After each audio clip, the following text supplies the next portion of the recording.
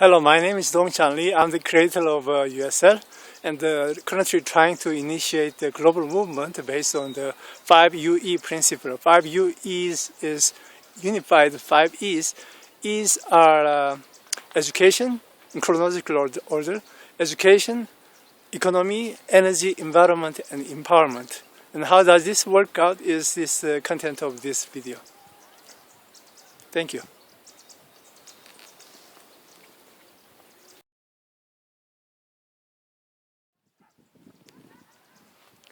The original thing is the USL. USL is Unified Super Learning. What USL is trying to do is it can make an average normal student, let's say from the grade 1 to 12, it can go further to the college level too. But for the normal level of the grade 1 to grade 12, let's say, what normally takes 12 years can be done actually for the average student, not the specially gifted prodigies, can be done in half a year, 1 year time frame. So let's say 10, 20 times faster than normal. And this is staggeringly fast, and it's very difficult for the establishment education system of most people. Actually, it is almost impossible to accept this as a possibility.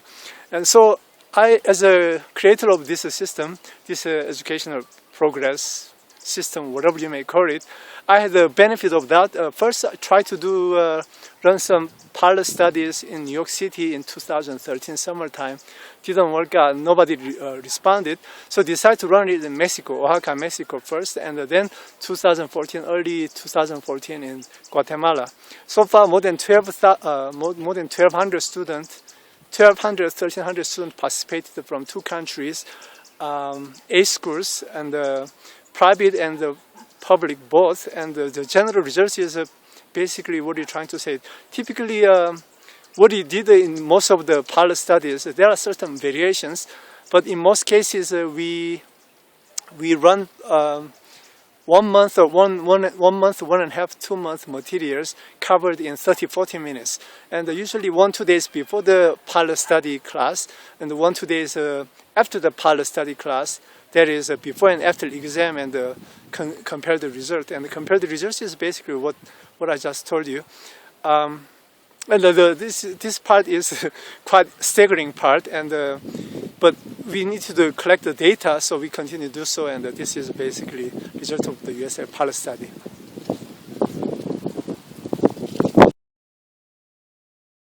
So for now, let's go to the crux of the argument and proposal for the USL and the 5UE. So as mentioned earlier, USL can make students, average student can learn math, well, science later, but math, for instance, as we focus on, can learn 10, 20 times or possibly much more faster than usual. So this is too good to be true for people to mainstream establishment, education system, student teachers to accept. I had the burden of proof, and we had to run through all these kind of things. Yeah, and the USL is this unified super learning that we are proposing. Now, the crux of this is this: to make economic sense out of it, to help the world much better, very fast. So 5UE is in the previous video. So the crux of the argument is going as follows.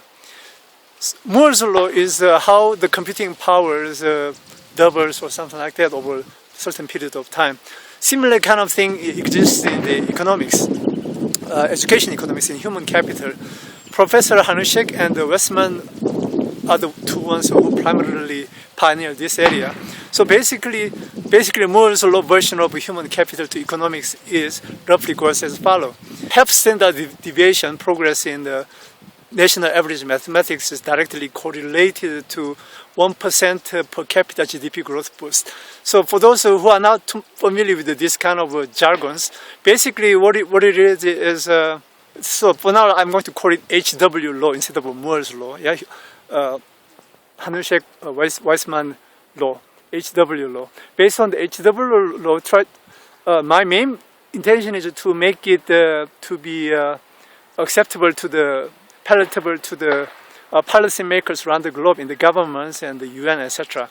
So if you combine this with the USL, I'm currently focusing on the USL1. USL's full capacity is more than pushing the 5 standard deviations. And the world over the past half centuries couldn't even go through the 1 standard deviation. Even half standard deviation is very rare and taking decades. And if they're lucky, even quarter standard deviation is challenging. And instead, USL1 is focusing on 1 standard deviation, which is more or less equivalent to like 2 years of national average math education course, which is unheard of.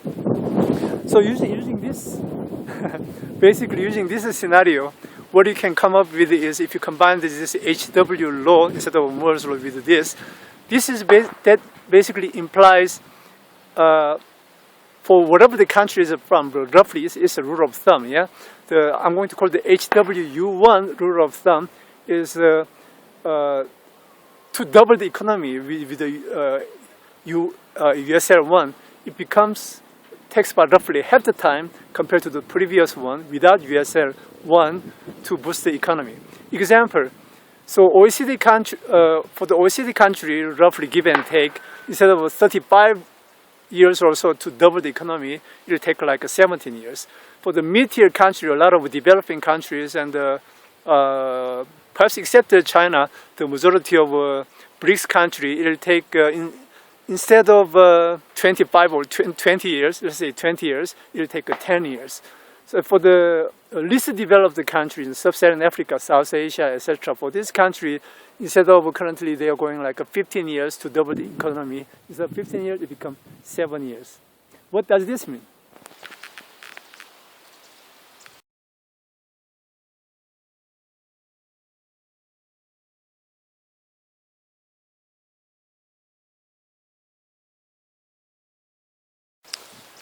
So with the HWU1 law or rule of thumb I came up with to directly go through the policymakers instead of making all these seemingly complicated things, which is actually pretty simple, to make it very immediate and accessible.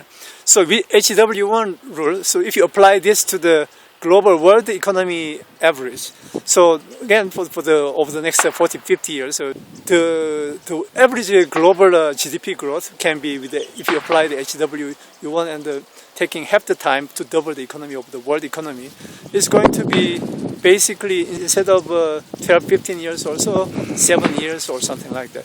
So why is this important? It's very important because we are currently facing the globally transitioning to the renewable energy. Renewable energy, depending on the various studies, depending on whether this can be transition takes place 95, 100%. Transition takes place in 20 years or 30, 40, 50 years. So let's say 30, 40 years time frame.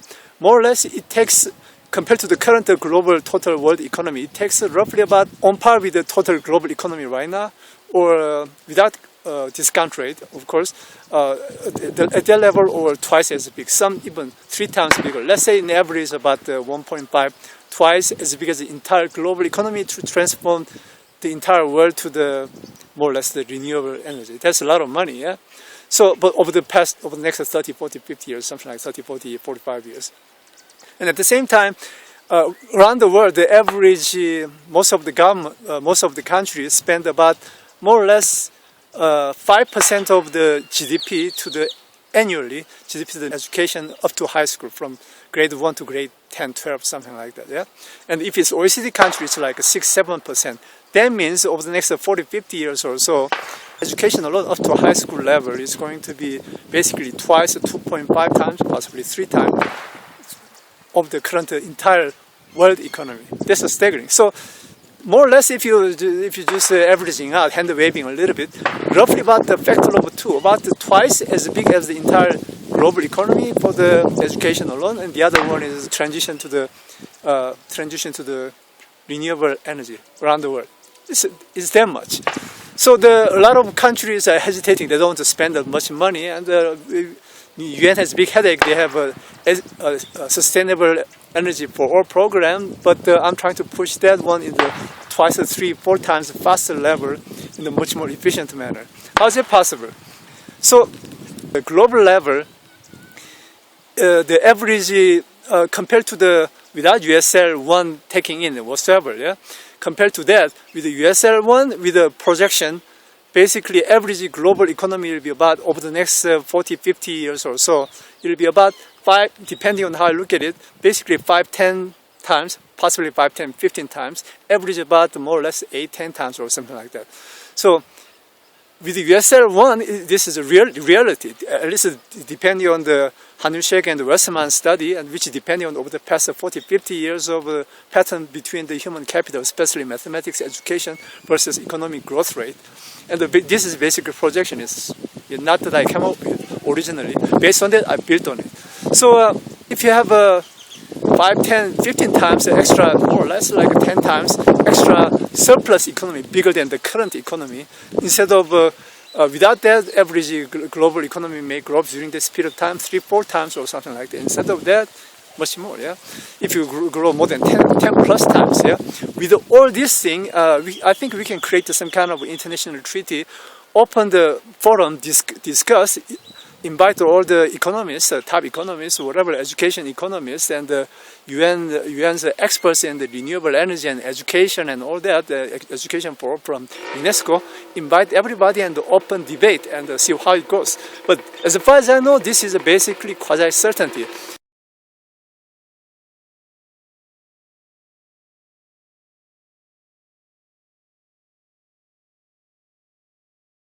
I basically use the rule of thumb to get through the minds of the policymaker immediately instead of getting to the detail. Of course, there are some certain error bars, but basically, if you have a 5, 10, 15 times a bigger extra surplus economic boost for the global average GDP, and this with a 5, 10, 15 times extra money economy, with the USL1 can impact alone, which is basically advancing global average math education boosting 2 years level, standard deviation 1.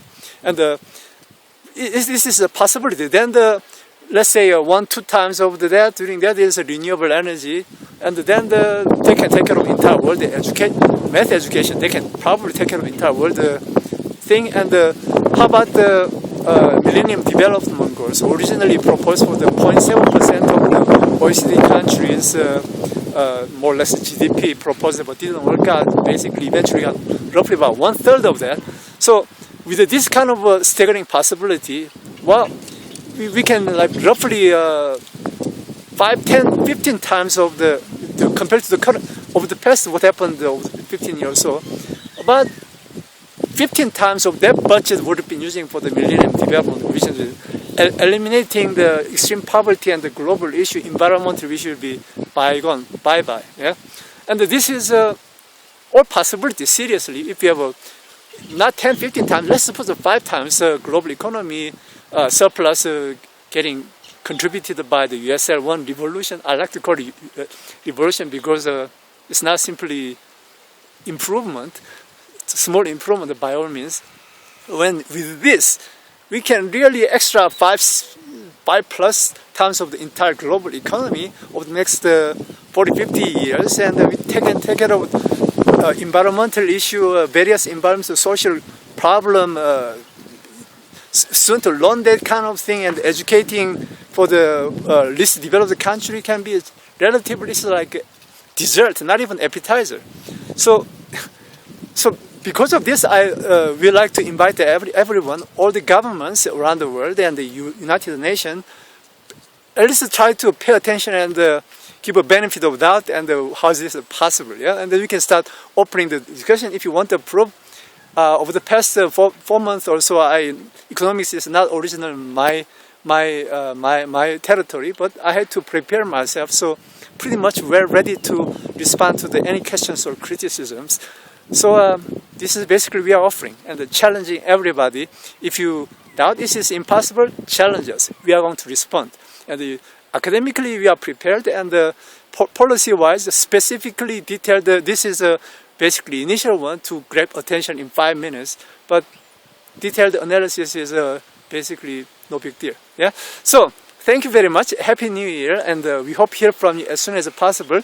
And to initiate this, we are proposing the USL1 pilot studies to the oldest major countries, especially and the UPSPM for the OECD countries, G20 countries, European Union, and UBN, which is a unified basic numeracy for the least developed countries, such as sub-Saharan countries, South Asia, etc. Yeah. So, thank you very much for your attention. Please visit the website, and we hope to hear from you soon. Have a great day. Bye.